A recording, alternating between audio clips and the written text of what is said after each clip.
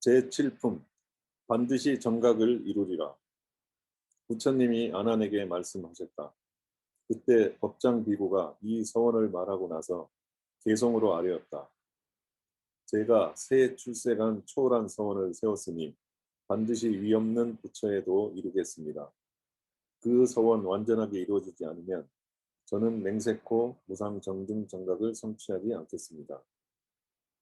또 다시 중생에게 대시주 되어서 일체 공공, 괴로움 두루 구해주겠습니다. 저희들 갖가지 중생들로 하여금 긴 밤 무명 속에 근심 고뇌 없게 하고 갖가지 선한 뿔이 생겨나게 하여서 도리의 부처과의 성취토록 하겠습니다. 제가 미래 어느 날에 정각을 성취하면 제 이름을 무량수라 불리게 하리니 일체 중생 이 명호를 듣기만 하여도 모두들 제 국토에 왕생할 수 있을 것입니다. 부처님 같은 모습, 붉은 황금 빛나는 몸, 승묘한 상호를 모두 성취토록 해주겠습니다. 그리고 대자 대비 큰 마음을 항상 내어 일체의 중생을 이익되게 하겠습니다. 탐욕을 여의고 바른 생각 깊이 들며 청정한 지혜로 청정범행 닦겠습니다. 원컨대 저 자신의 지혜로운 광명으로 시방의 재불세계 두루두루 비추어서 세 가지 더러움과 어두움을 없애주고 밝고 밝은 지혜로 고통재난 구제하겠습니다. 사막도의 고통을 일체 모두 버리게 하고 갖가지 번뇌와 무명업장 소멸시켜 저들의 지혜로운 안목을 열어주고 찬란하게 빛나는 법신 얻게 하겠습니다. 갖가지 악취의 길 굳게 닫아 막고서 선취로 가는 문을 활짝 열어 보여주며 중생에게 법의 창고 크게 열어 보여주고 공덕의 보물을 두루 널리 베풀겠습니다. 부처님 지혜같이 걸림없는 지혜와 부처님 행동같이 자비스런 행동으로 언제나 인간세와 천상에 스승되고 삼계의 대영웅이 될 수 있을 것입니다. 설법의 큰 울림, 사자의 포효 같아 갖가지 유정중생 널리 두루 제도하겠습니다. 옛날의 큰 서원 완전하게 성취하여 일체 중생 모두 다 부처되게 하겠습니다. 이 서원 미래에 성취할 수 있다면 대천세계 모든 존재 일제히 감동받아 호공 중의 갖가지 층 천상의 존재들이 미묘한 법에 꽃이 호공 가득 내릴 것입니다. 석가모니 불이 아난에게 말씀하셨다. 법장 비구가 이 개성을 모두 설하고 나자 즉시 온 대지가 육종으로 진동하고 하늘에서 미묘한 꽃비가 내려와 그 법회의 대중 위에 흩뿌려졌다. 또 음악이 공중에서 자연히 연주되고 찬탄하는 소리가 들렸으니 법장 비구가 무상 정등 정각을 반드시 성취하게 될 것이라 외치는 소리였다. 제8품 공덕을 쌓아나가다. 아나니여 세간 자제왕 열애 앞 일체의 천인 대중 가운데서 법장 비구가 이 위대한 서원을 발표하였다. 그 뒤 진실한 지혜에 머물러 용맹정진하고 일심으로 의지를 모아 미묘한 국토를 장엄하였다. 그가 수행하여 성취한 불국토가 확 트여 막힘이 없고 넓고 커서 끝이 없으며 일체의 불국토를 뛰어넘을 정도로 수승미묘하고 독보적이었으니 그 건립된 것이 영원하여 쇠퇴하지도 않고 변질되지도 않았다. 법장 비구는 무량겁 동안 덕행을 쌓고 심었으며 탐욕, 성냄, 어리석음, 욕망, 갖가지 망상을 일으키지 않았고 빛깔, 소리, 냄새, 맛, 촉감, 법에도 집착하지 않았다. 그는 오직 과거 제불께서 닦았던 선근만을 좋아하고 기억했으며 적정한 행위를 실천하고 허망한 행위를 멀리했으며 진실한 진리의 문에 의지해 갖가지 덕행의 근본을 심었다. 그는 온갖 고통을 꺼리거나 피하지 않았고 욕심을 줄여 쉽게 만족할 줄 알았으며 오직 청정한 법을 구해 일체 중생에게 은혜와 이익을 주었다. 이렇게 위대한 서원의 실천을 게을리 하지 않았으니 그 결과 인욕의 힘이 성취되었다. 법장 비구는 일체 유정에게 자비롭고 인내하는 마음을 가지고 있었으며 항상 온화한 얼굴과 애호하는 말로 권유해 깨우쳐주고 정진토록 격려해 주었다. 그는 불법 삼보를 공경하고 스승과 선배를 받들어 섬겼으며 거짓과 아첨하는 마음이 조금도 없었고 갖가지 청정한 행위로서 장엄하여 완전한 모범이 되었다. 또 일체의 법이 헛개비와 같음을 관찰하고 삼매에 들어 항상 적정한 경지를 유지하였다. 부업을 잘 보호하여 남의 과실을 비난하지 않았고 신업을 잘 보호하여 계율과 위의를 잃지 않았으며 의업을 잘 보호하여 청정함을 유지하고 어떤 악업에도 물들지 않았다. 일체의 대도시, 작은 촌마을, 권속, 진귀한 보물에 대해서도 결코 집착하는 일이 없었고 항상 보시, 기계, 인욕, 정진, 선정, 지혜 등 육바라밀의 행위로서 중생을 좋아하여 그들의 보리심을 세워주었다. 그리고 이없고 진실하여 올바른 도법에 항상 머물고 있었다. 법장 비구가 이와 같이 일체의 성근을 성취했기 때문에 그가 태어나는 곳마다 무량한 보배 창고가 자연히 가능해 혹은 장자, 거사, 호족 등 존귀한 사람이 되기도 했고 혹은 찰제리, 국왕, 전륜성왕 등이 되기도 했으며 혹은 유격천의 천왕 내지 범천의 천왕이 되기도 했다. 제불의 처소에서 일체 제불을 존중하고 공양하되 한 번도 끊어진 적이 없게 했으니 이와 같은 등 일체의 공덕을 말로는 다 표현할 수 없다. 그의 몸과 입에서 우량 미묘한 향기가 항상 흘러나오니 마치 전단의 향기와 우발라화의 향기 같았고 그 향기가 무량한 세계에 널리 두루 스며들었다. 그가 태어날 때마다 신체의 모습이 단정하고 장엄해 32상과 80종호를 완전하게 갖췄다. 그의 손에서 무량한 보물과 장엄한 물건이 항상 나왔으니 그 일체의 것이 세상에 필요한 것이었고 최상의 물건이었는지라 그것으로 중생을 이롭고 즐겁게 해 주었다. 이와 같은 인연으로 그는 무량한 중생으로 하여금 모두가 안욕 따라 삼략삼 보리심을 일으키게 하였다. 제9품 공덕을 원만하게 성취하다. 부처님이 아난에게 말씀하셨다.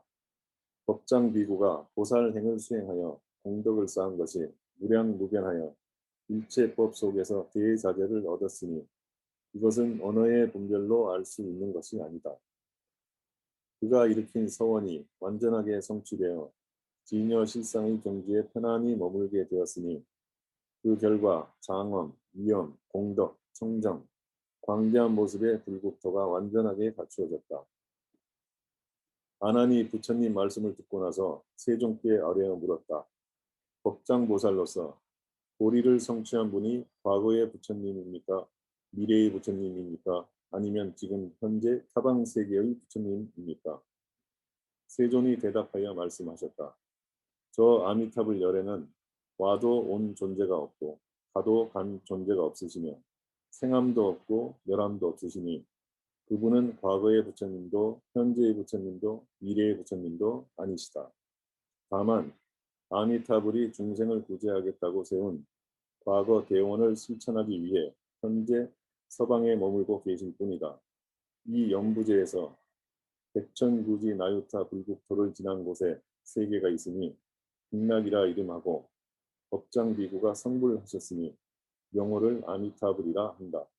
성불한 이래로 지금까지 10겁이 되었고 지금 현재도 설법하고 계시니 무량하고 무사하게 많은 보살과 성문 대중이 아미타불을 공경하며 둘러싸고 있다. 제10품 모두 부처가 되기를 바론하다. 아미타불이 과거 보살이 되어 48대원을 구했고 성취하셨다는 것을 석가모니불이 말씀하실 때 아사세 왕자와 500명의 대장자들이 부처님의 말씀을 듣고 모두 크게 환희하였다. 그들이 각자 금꽃 장식의 일산을 하나씩 들고 나와 부처님 앞에 절을 하고 금꽃 장식의 일산을 부처님께 공양하였다. 그런 후에 그들은 자기 자리로 물러나 앉아 한편으로 경을 들으면서 마음속으로 우리가 성불할 때 모두 아미타불과 같아지게 하소서라고 서원하였다. 부처님이 즉시 그들의 마음을 알아차리고 모든 비구들에게 말씀하셨다. 이 왕자와 500명의 대장자가 미래에 반드시 성불할 것이다. 저들이 전생에 보살도에 머물러 무수한 것 동안 400억 부처님께 공양한 적이 있었다. 5 부처님이 세상에 머무셨을 때 저들은 나의 제자였고 지금도 역시 나에게 공양하고 있으며 다시 함께 만나고 있다. 그때 모든 비구들이 부처님 말씀을 듣고 그들을 대신해 기뻐하지 않는 사람이 없었다. 제11품 서방세계의 장엄과 청정. 부처님이 아난에게 말씀하셨다. 저 극락세계가 무량한 공덕과 장엄을 완전하게 갖추고 있다. 온갖 고뇌, 갖가지 재난, 사막도, 마귀의 괴롭힘 등의 이름조차 영원히 없고 사계절의 변화, 추위, 더위, 비, 오줌 등의 기후 변화도 없으며 크고 작은 강과 바다, 구름, 웅덩이, 가시나무, 모래, 자갈, 철위산, 수미산, 토석산 등의 지리 환경의 차별도 없다. 오직 칠보만으로 자연이 이루어져 있고 황금이 대지를 이루고 있으며 툭 트이고 넓으며 평평하고 반듯하니 그 끝을 알 수 없다. 또한 미묘 기특하고 아름다우며 청정장엄하니 시방의 일체 세계를 훨씬 초월하고 있다. 아난이 듣고 난 후 세종께 아뢰어 물었다. 저 불국토에는 수미산이 없으니 그곳의 사천왕천과 도리천은 어느 곳에 의지해 머뭅니까? 부처님이 아난에게 되물으셨다. 야마천과 도솔천, 더 나아가 색계천과 무색계천 등 갖가지 층의 천상은 어느 곳에 의지해 머물고 있는가? 아난이 아뢰었다. 불가사의한 선정의 업력에 의지해 머물고 있습니다. 부처님이 아난에게 말씀하셨다. 불가사의한 업력을 그대가 알 수 있는가? 그대 자신의 과보도 불가사의하고 중생들의 업인과 과보도 불가사의하며 중생의 성근도 불가사의하고 제불의 위실력과 제불의 세계도 불가사의하다. 그 국토 중생의 공덕과 성근의 힘 때문이고 아미타불의 행업지에 머물고 있는 까닭이며 아미타불의 위실력 때문에 사천왕천과 도리천도 후공에 거주할 수 있다. 아난이 아뢰었다. 법인과 과보가 불가사의한 이 법에 대해 저는 조금의 의혹도 없습니다. 다만 미래 중생들을 위해 그들의 의혹 두물망을 끊어 없앨 목적으로 이 질문을 했을 뿐입니다. 제12품 광명이 법계에 두루 비추다. 부처님이 아난에게 말씀하셨다. 아미타불의 위실력과 광명이 가장 존귀하고 제일 뛰어나서 시방제불의 광명이 아미타불의 광명에 미칠 수 없다. 아미타불의 광명이 동방의 항의 모래수만큼 많은 불국토를 두루 비추고 있고 남방, 서방, 북방, 동남방, 서남방, 동북방, 서북방, 상방, 하방도 이와 같이 두루 비추고 있다.